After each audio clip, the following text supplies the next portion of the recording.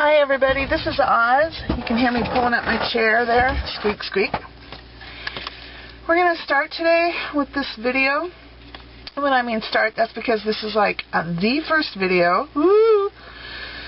This is a Christmas card that I made.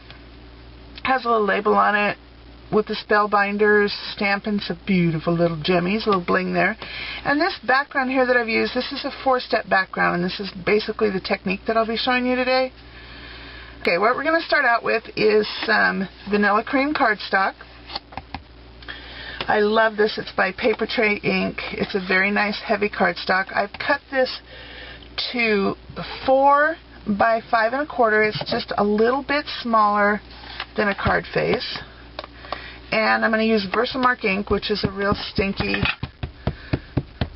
I didn't say stinky, did I? I think I did. But what I meant to say was it's a real sticky ink. And on my big stamps, and I'm trying to get this straight. Can you see me shaking? Oh, for goodness sakes.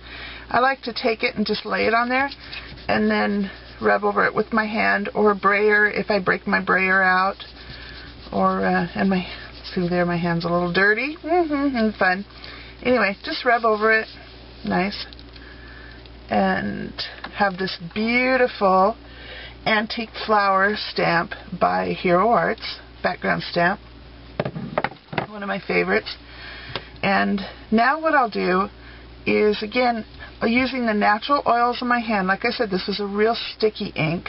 It's great for embossing. It's great for chalk work. But when I'm using it this way, I just like to take it and just rub my hand over it. And again, I'm just using the natural oils from my hand. And as you can see, it just gets a little bit darker. It's not because my hand is totally dirty, although my hands are a little bit dirtier than I should have started this card with. Little ink, little glitter, little everything. You can also tell that I have, you know, fabulous manicures, cat scratches. That's me. And see, it just came out a little bit darker. It's very subtle, but it's there. Then I'm going to take some close to my heart ink here. I believe it's called Garden Green. And this wonderful Inky Dinky Doo stamp. It's a holly stamp. And this is how I work. This is how I work every day. I have this pad on my work desk. This is paper that's been printed off from the computer. It's scrap paper. I keep it clipped together and I work on this pad. This is my workstation. It helps me in a lot of ways. One, because it's a scrap pad. I write on it. I stamp on it. But it also helps me because it's a pad. So it helps for the stamping. I also use fun foam sometimes because I love the acrylic stamps. I use a lot of the acrylic stamps. And the acrylic stamps do have a give to them, although the ones that don't have so much of a give are a little bit better. But this replaces the foam that rubber stamps have, because acrylics don't have the foam. So what I'm going to do, stamp off once and stamp on. So I'm doing a second generation stamp, and this is hitting my light. I'm hoping that this is still in frame. So I just stamp off once, stamp on the card. See, I'm trying to get a subtle background.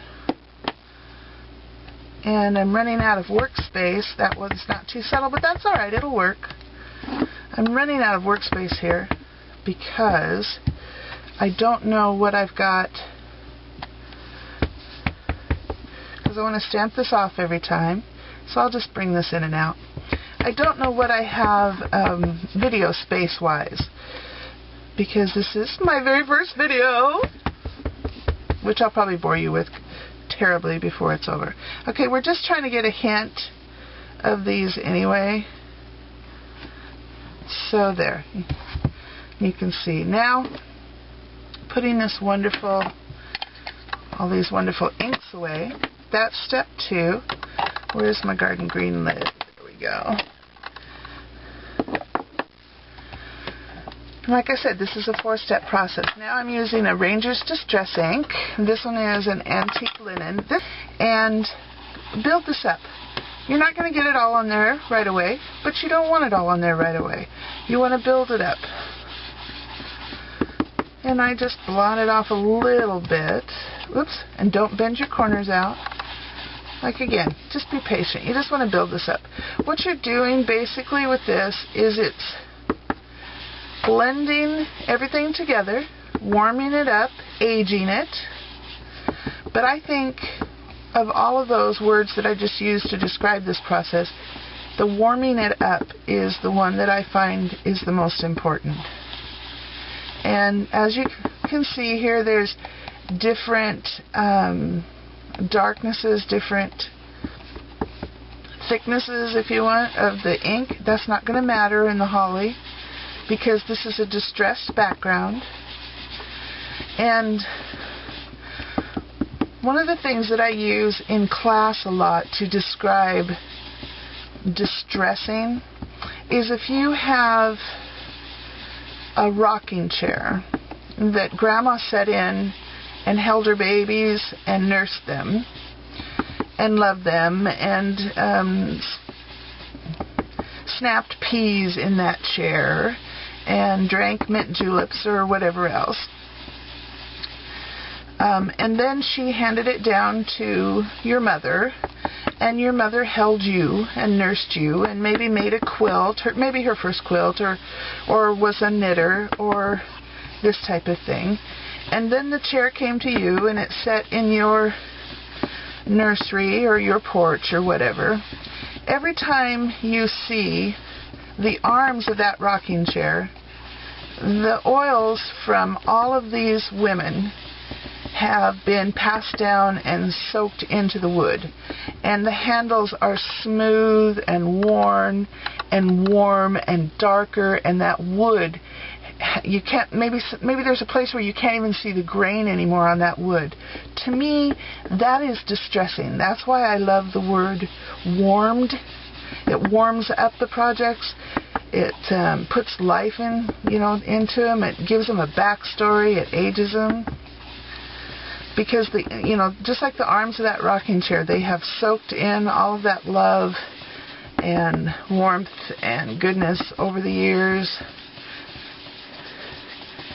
And that's one of my favorite descriptions or ways to describe that.